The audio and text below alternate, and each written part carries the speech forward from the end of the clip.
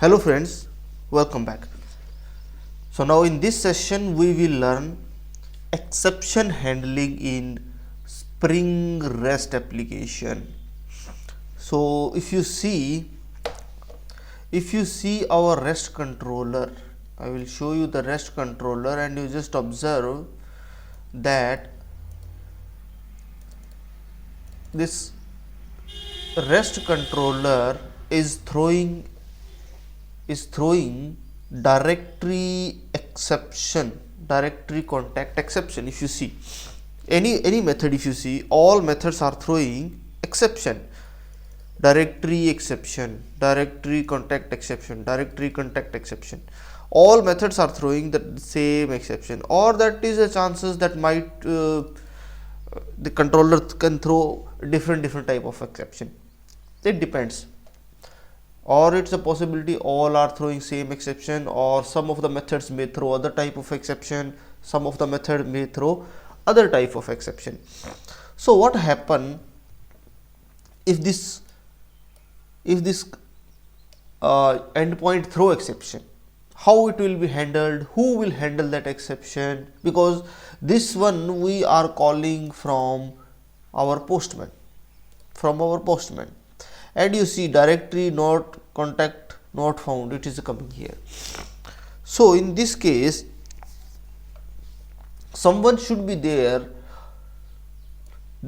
who can handle the exception. Whenever your controller throw the exception, we must have a component that will handle the exception when controller throws the exception. So what is that component? That component is called exception handler. Handling exception will make sure that the entire stack trace is not thrown to the end user. It's not a good practice to throw the entire stack trace to the end user, to the client, to the end user, or to the client, whoever is calling the service, whoever calling the endpoint.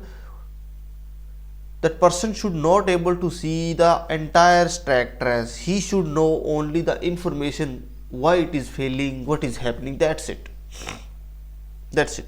So which is very hard to read and process a lot of security risk as well. If we stack trace directly will show to the client, that will be give a lot of security risks.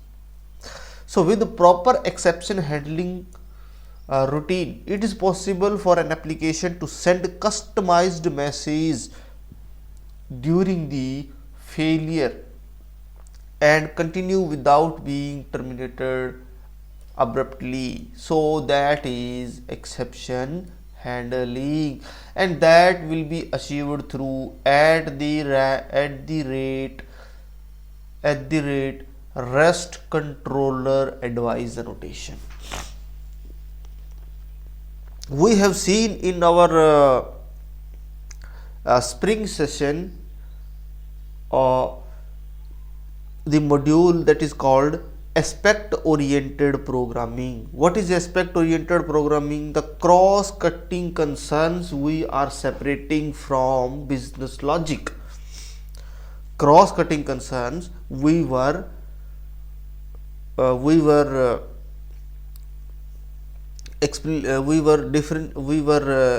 separating from the business logic. That is called cross-cutting concerns, and that is achieved through aspect-oriented programming. So in that aspect-oriented programming, whatever the class that will do the cross-cutting concerns separately, that class called advice. In the same way, they have given a specific controller advice annotation that will do the concern for exception handling mechanism in a separate class. So that's why you can mark this annotation on top of REST controller advice. On the top of REST controller you can mark this annotation. That's it, very simple. So if you see, this is our directory controller, directory contact controller. This is our controller, and this controller has a lot of so many endpoints: get contacts, get contact by ID, get add the contact, update contact, delete contact. So all these operations it has, and all methods are throwing directory contact exception. All methods throwing directory contact exception if some exception came. So in that case, from where this exception will come? This exception will come from service, and service, inside service it might come from repository, and inside repository it might come from database operations or anything. So that is a chain. Exception also will be travel in chain only. So that has to be handled. So that the handling of this exception is done through advice only, and that is controller exception advice. That's it. So what you have to do, you have to create a class. You can give any name, but I have given the convenient name so that anyone can understand. That is a controller exception advice. Means this is an advice class for controller, and that advice is a specific type of REST controller advice. So whenever any exception is coming, so that should be handled. Or if controller throw a specific type of exception, directory controller exception, that also has to be handled. You can observe here. This method is catching what type of exception? Only directory contact exception, using @exception handler annotation. Inside exception handler annotation, we will specify the exception, the exact type of exception we will specify. We will specify the class here. You can see this is a directory contact exception dot class. So it means this method will handle the exception of type directory contact exception, and that has to be passed inside a parameter. And here you can do whatever you want. You can log that exception, you can print in stack trace, whatever you want to do, and you have to return a response entity of any type. So here I am returning response entity of a service response, that is a type of string. So just I am returning a message. That's it. If you see the response, server response has a value and message. So here you can see only message we are getting, value is null. Message is what? Directory contact not found. So that is exception message. Okay, so that one we are returning. If your controller is throwing any other exception other than this directory contact exception, so that exception also you can handle in the same only by giving exception as a super type. That's it. Or you can give throwable, that is your choice. So all type of exception it will handle. If a specific type of handler is available, then it will go for the specific type of handler. If there is no specific type of handler is available, then it will go for generic exception handler, general exception handler, or you can see generic exception handler. So that is done through. So if it is a general exception, that is saying exception type catched, or if it is a other type, then the directory contact exception catched. That's it. You can run and you can see how it is handling.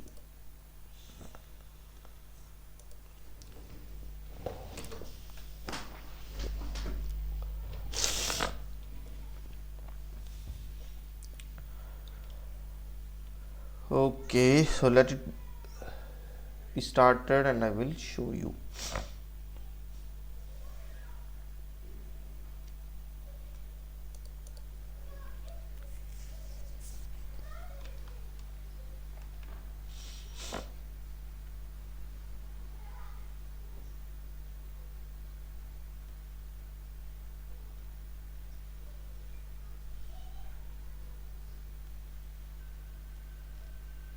Yes, so it is started now, and you can see here, if I will hit this request, it is giving this error, directory contact not found, but one contact is there, it is giving the record. But if it is this record, it is giving not found. And if you observe the console, I will just clear this console once, and you will see if it is a 1,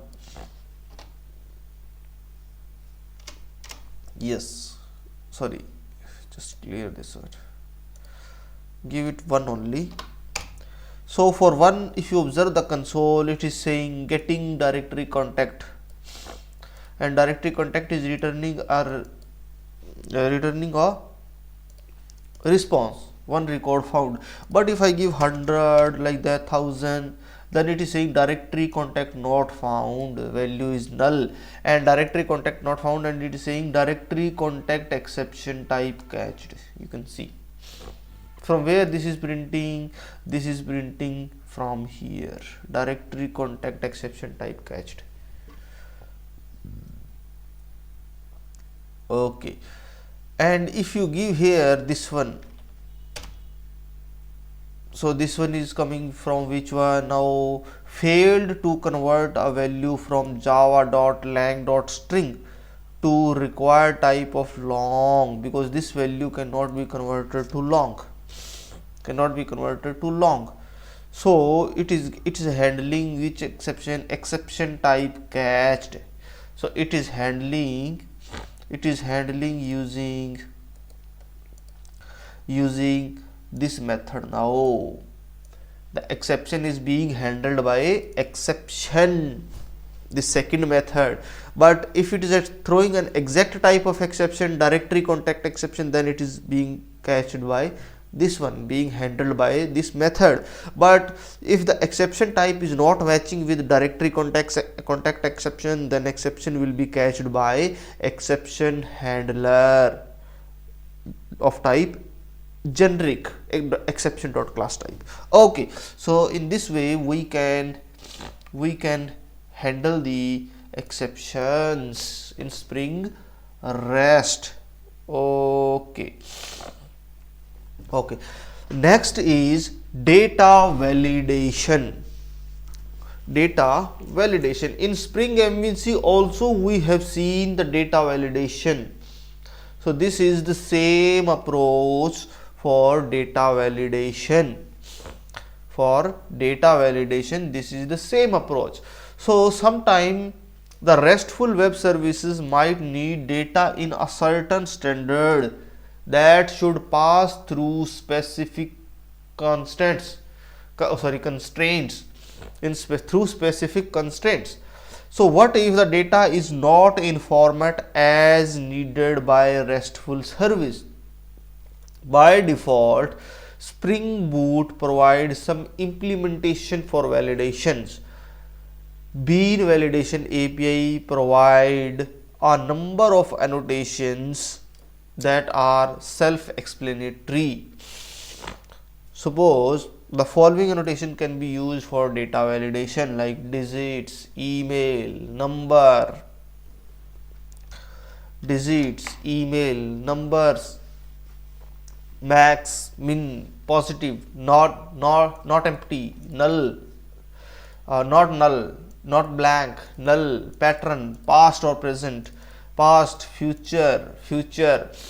So we will see all those annotations now in data validation. Okay, fine. So this is okay, this is fine, it is running.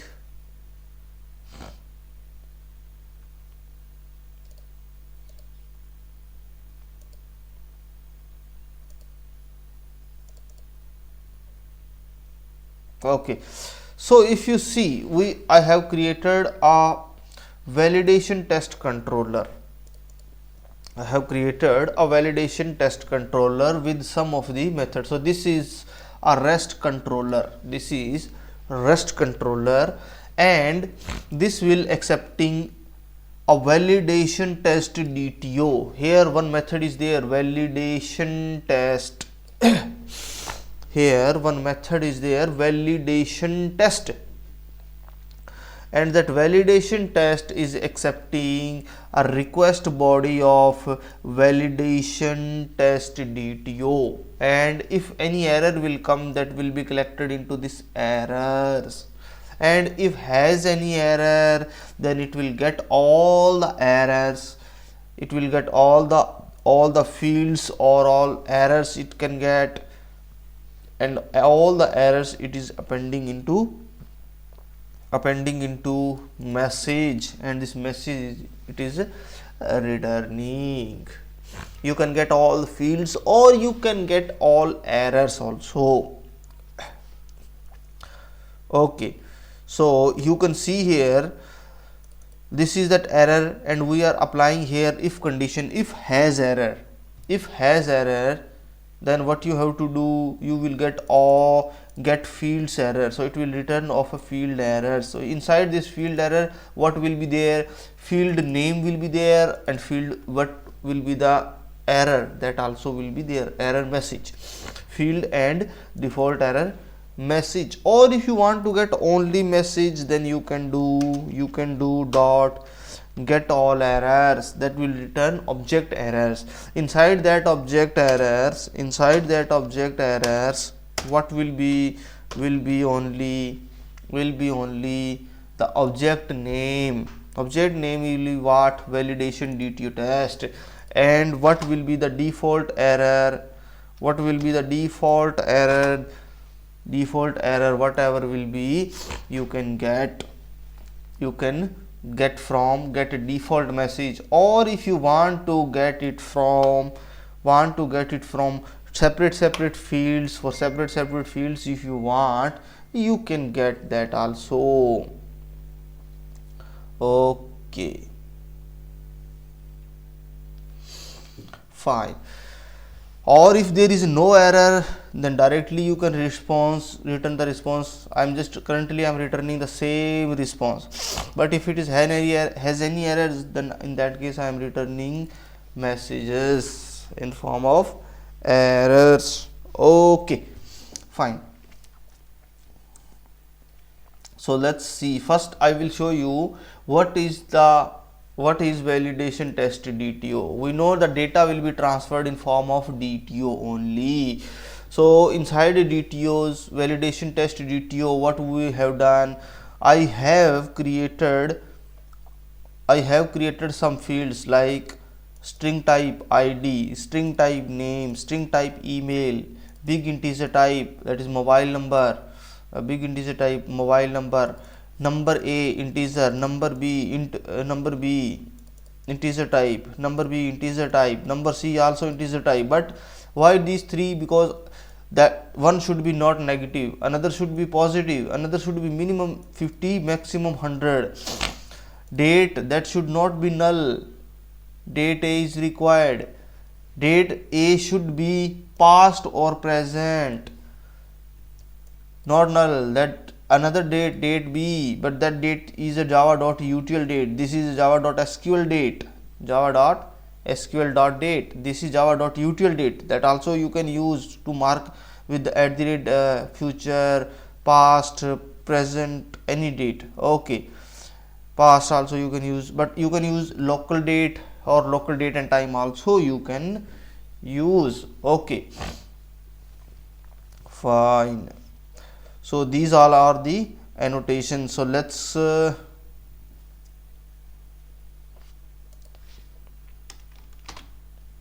call this one from postman.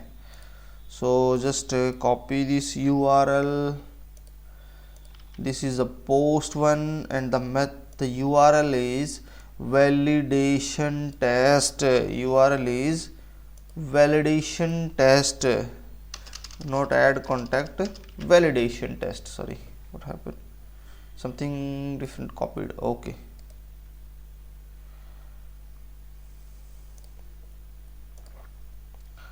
so validation test. So here it is saying content type is not supported. What should be the content type? Of either JSON. Okay, okay, now what it will give, it is giving some validation error. What is that validation? ID must be null. ID must be null. It is saying here. You can see ID must be null.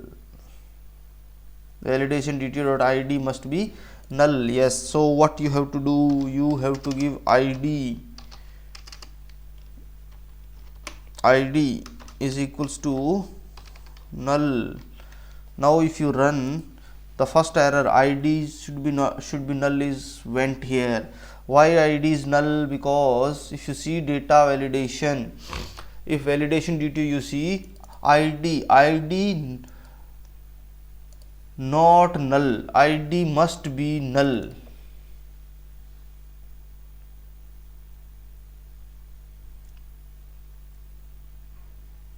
Not null. Yeah, if it is a not null, in that case what will happen? What will happen? It is throwing this exception. ID must be null. ID should be null. Should be null. And not null means if it is not null, it means you are passing some value. If it is a not null, it means you are passing some value. But it should not have a value, it should be null. Then I am giving here not null. Okay, it should be null in that case. So this is a null.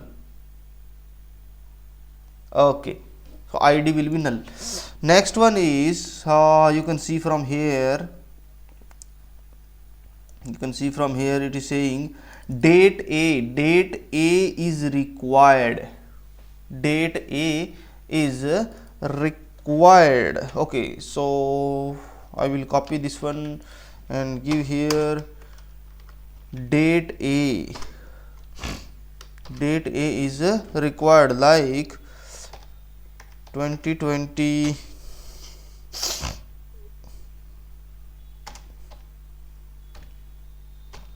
okay. Yes, now date A is supplied here. Okay, next one is, and if you see the date A, if you see date A, yes, so date A should be past or present. So this date whatever we have passed, that is past date only. That is past date only. If I give here this one, so definitely this is a future date, so it will give this error. Date A must be past or present date. You can see here, this is that validation, test validation dot validation DTO dot date. Date A must be past or present date. So this is a future date, so you can give this one. So now this error will not be there. Okay, next one is email. Email must not blank. Email must not be blank. Email must be provided. Email must be provided. So you can provide email. Yes. Now email is provided, but it is saying email must not blank. If you see email annotations, email has two annotations, not blank. Email must not blank. So you are passing email as a blank, but here I will give ABC. Now this is an invalid email. So email is invalid. You can see here, email is invalid email. This message is coming from here, invalid email. So you have to pass a valid email. Email abc@gmail.com. Now this mail is valid. So that error gone. Now next one is number A. Number A must be negative. Number A must be negative. If you see number A annotation, that is a negative. Number A must be negative. Number A must be negative. By default, what will be the value of integer? Value will be 0, but it should be negative. So you can give that negative value for number A. Negative value for number A. This is your negative value. Okay, next one, Date B is required again. Now date B. Next one is date B. So date B also we need to give here. Now supply this value date B. So date B, I will just copy this value and we will check what will be the what is annotation on date B. Date B. So what is that one? Date B, date A, date B, date B. It is saying that should be future or present date, but this is a past date, so definitely error will be there for date B. Yes, last one you can see date B. Date B must be future or present date. So if I will give here 3, so that is a future date, so that error will not be there. No. Okay, next one you can see number C. Number C is what? Minimum value can be 50. Minimum value can be 50. Minimum value can be 50. Minimum value is 50 now. So this will not give any error now. Yeah, because minimum value is 50. If I give 500, then it is saying number C. Number C. Number C. Maximum value can be 100. Maximum value can be 100. So between 50 and 100 you can give any value, it will accept. Okay, next one is mobile number is required. Now mobile number, we need to supply mobile number also. So this is your mobile number, suppose. Now this is not a valid. This mobile number is not valid. Mobile number must be of 10 digits. Must be of 10 digits. So this is currently only 6 digit, 6, 7, 8, 9, 10. Now this error will not come. Okay, next one is number B must be positive. Number B must be positive. Number A and number C, but number B must be positive. Number B must be positive. So if it is a positive, then definitely this is a positive number. This is a positive number only. Okay, number B is positive. If I will give number B as a -5, then definitely this error again will come, because number B is not negative value here. Number B must be positive. Okay, fine. Next is local date B is required. Local date B is required. Local date B is required. So give some local date like 28 22. So local date B.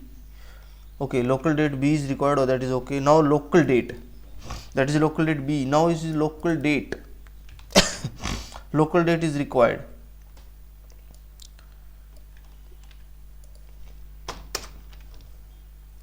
So local date is required. Yes.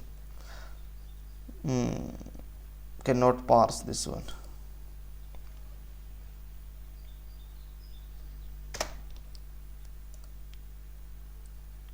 Okay, so local date B is required. Local date B we have supplied. What is the validation on local date B? Local date B, future date, that should be future date. Okay, local date E, local date B. Local date B is not there. Local date and local date at time is there only. Local date B is required.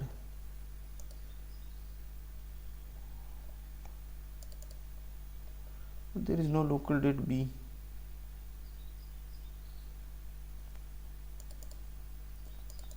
Local date and time, actually this is local date and time actually. it's wrongly given, I think. This one only. Local date is this only, local date and time. Another one is a local date and time. Okay, this is local date. So local date, now run this one. Yes, name must not null, name must not be null. So name also you just pass once, name.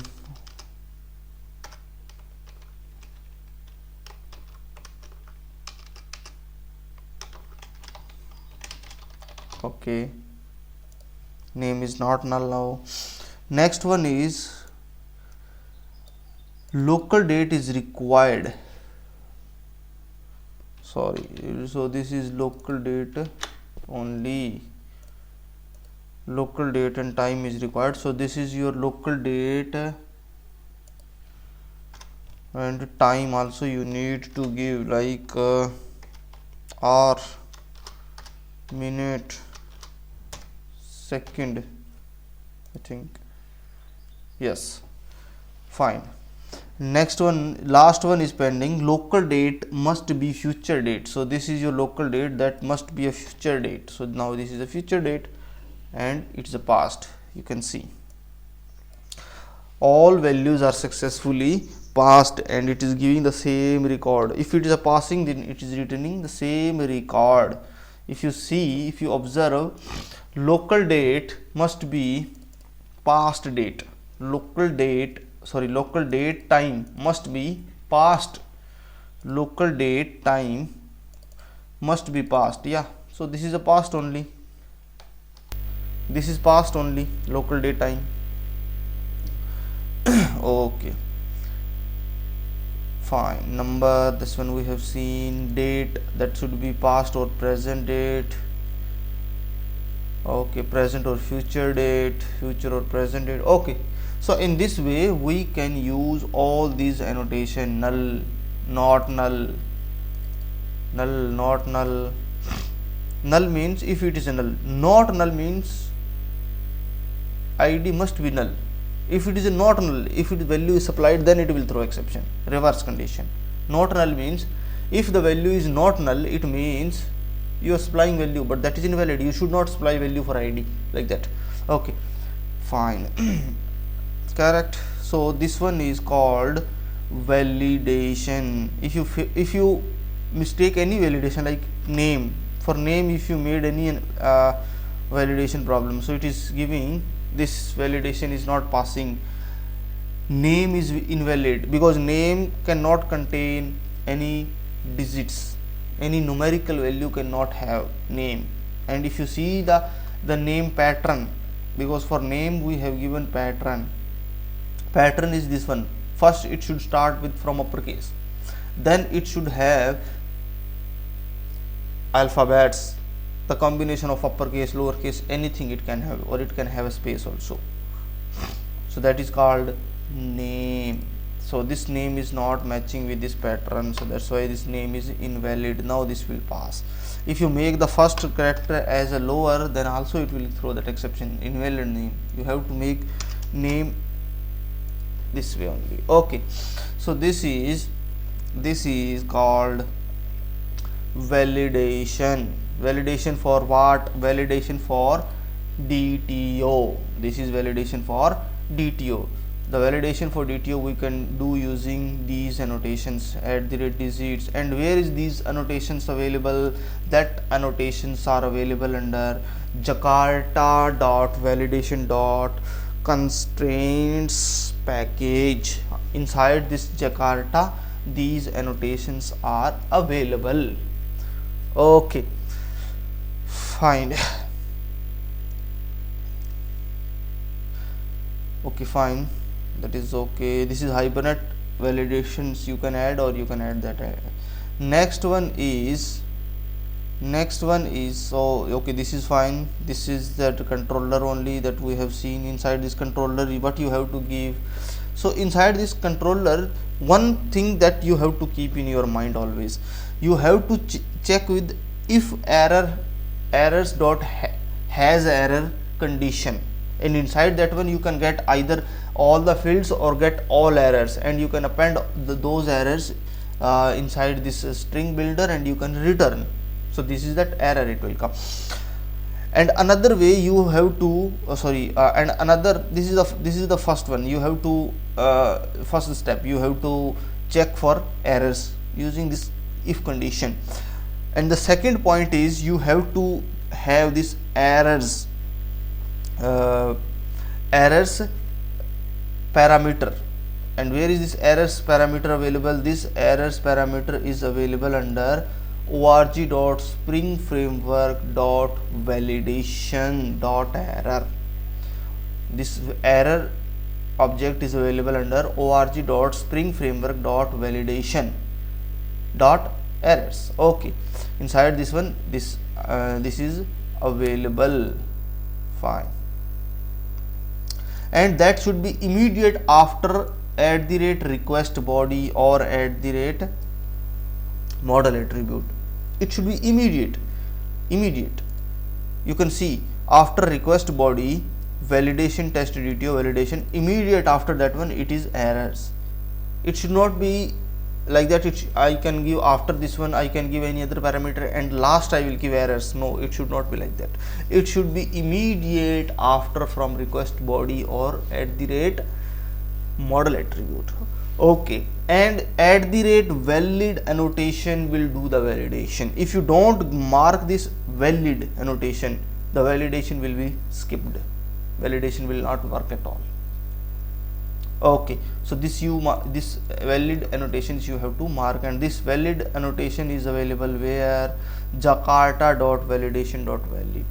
You can see here that is available under jakarta.validation.valid. It's available there. Okay, so what is the actual signature?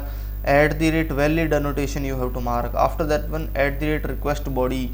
After request body you have to give the DTO, and after the DTO parameter immediately you have to give errors, so that error will be collected into this errors. And you have to apply if condition by checking if errors has any error, then you just return that errors in your response body. Otherwise whatever the operation you wanted to do you can do. Okay, next one is what if you want to validate the parameter. We have seen three types of parameter we have in our last session in Spring REST. One is query parameter, another one is a path variable, third one is a matrix parameter. So for that, how can you do the validations? Very simple. You can use all that annotation whatever we have used in validation test DTO.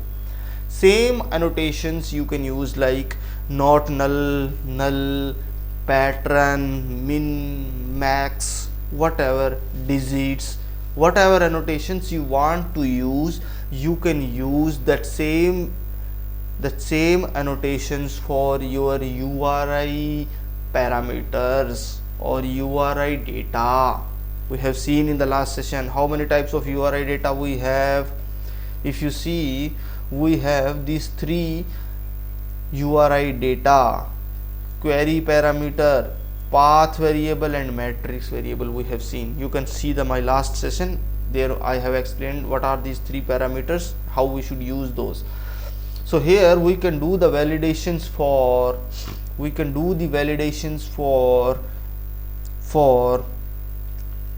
URI data. So first one is this one, which is this one, valid request param 1. So this is what? Path variable. This is your path variable, and this path variable is a type of what? String, and this has a pattern. This is your pattern. What this pattern suggests? This pattern suggests that this path param can have uppercase character only, uppercase English character only from A to Z. Okay, so just call this one and test whether this is working or not. So here this one is okay. After that one, just this is your base URL, and the method type is get. Method type is get. Not found. What is not found here? That is because this method is this parameter, this URL is not there. Yeah, this one is there, ABD, but here it is saying test request param 1 should contain uppercase character only, but here you are marking ABD like ABC. Now this one is also not correct. Last one should be in uppercase only. That is the pattern only. It is suggesting, pattern, regular expression, A to Z, at least one. It is suggesting plus one means at least one, A to Z it should be available. If it is not available, then it will throw which message? This message should contain uppercase character only. Should contain uppercase character only. So it is giving same message, should contain uppercase character only, where inside test request param. What is test request param? Test request param is the method name. Test request param is the method name. Inside this test param request, one path variable is there. One path variable is there that has an regular expression. And that expression says that this param 1 should contain uppercase character only. So I will give now ABCD uppercase character. So definitely it will give the same value. It will return, or whatever you wanted to do, you can do. And one more thing, this pattern or this validation, this path variable validation or URI data validation will work only when you have marked at the rate validated annotation, and this validated annotation is available under org.springframework.validation.annotation package. This validated annotation is available where? This is available under org.springframework.validation.annotation package. Okay, this one has to be marked. If you don't use this annotation, this validation will not work at all for URI data.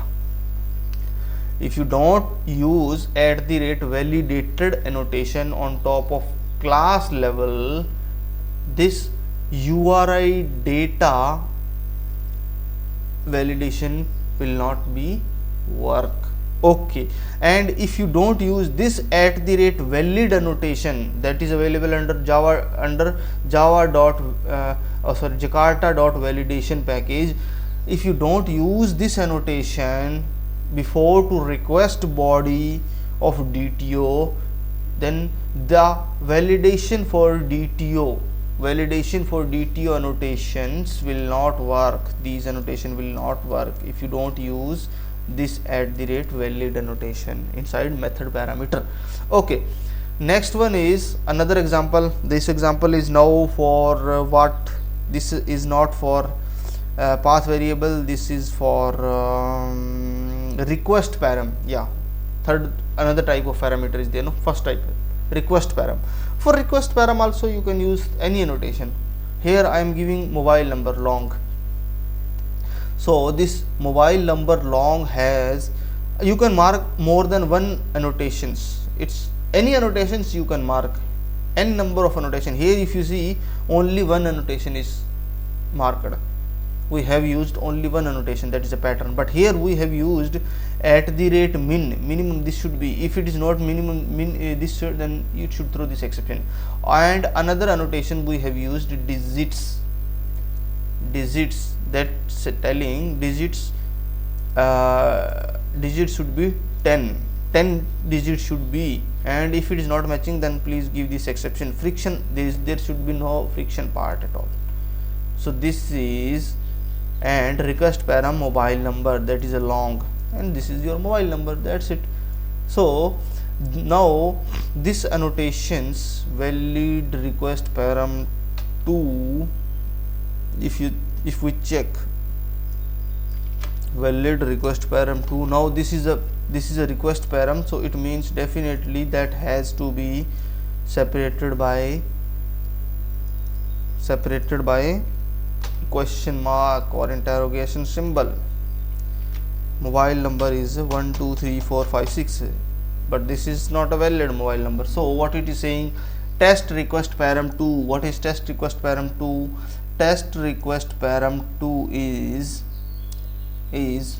method name. Inside that one, mobile number is one request param. Inside that one, mobile number is request param that has two annotations. One is at the rate digits, another one is at the rate min annotations. Both two annotations we have used, and that says mobile number should be of 10 digits only. So you just mark 10 digits, 1 2 3 6 5 4 9 8 7 0. Now it is a 10 digits, so definitely it will return that number only. Okay, in this way you can use. Third one is another parameter. Here two parameters we are using. One is path variable, and along with this we are using mobile number. Both I am using. Patterns are same, pattern and annotations are same. So if you see, I will just give in new line so that you can better understand and you can see. So this is one parameter, this is one, and another one is these two annotations, and these two annotations is marked on top of this one. Now hope you can understand very clearly. Here first I am using at the rate path variable. This is what? This is your path variable, param 1. After this path variable, what you have to give? Mobile number also you have to give, and the annotations are same. So this is valid request param 3, valid request param 3. It should be mobile number. Here before to this one A B C D, so it is returning both. But if you give any of the validations, if any one validation is failing, it will give this one 10 digit. Mobile should be of 10 digits. Yeah, now this is a 10 digit, but this one is not matching with the regular expression, so it will give this exception again, A B C D. Now it will not give. Yes, so this is called validation. This is called validation, data validation in Spring REST services. Okay, fine. So in the next session we will see Spring REST client. What is Spring REST client? Spring REST service we have created for that one. If some other service is already developed, for that one we need a REST client, so we can create REST client also. So in the next session we will see Spring REST client. I hope you like this session. Please subscribe my channel, and we will see you in the next session. Till that, bye bye, and thanks for watching.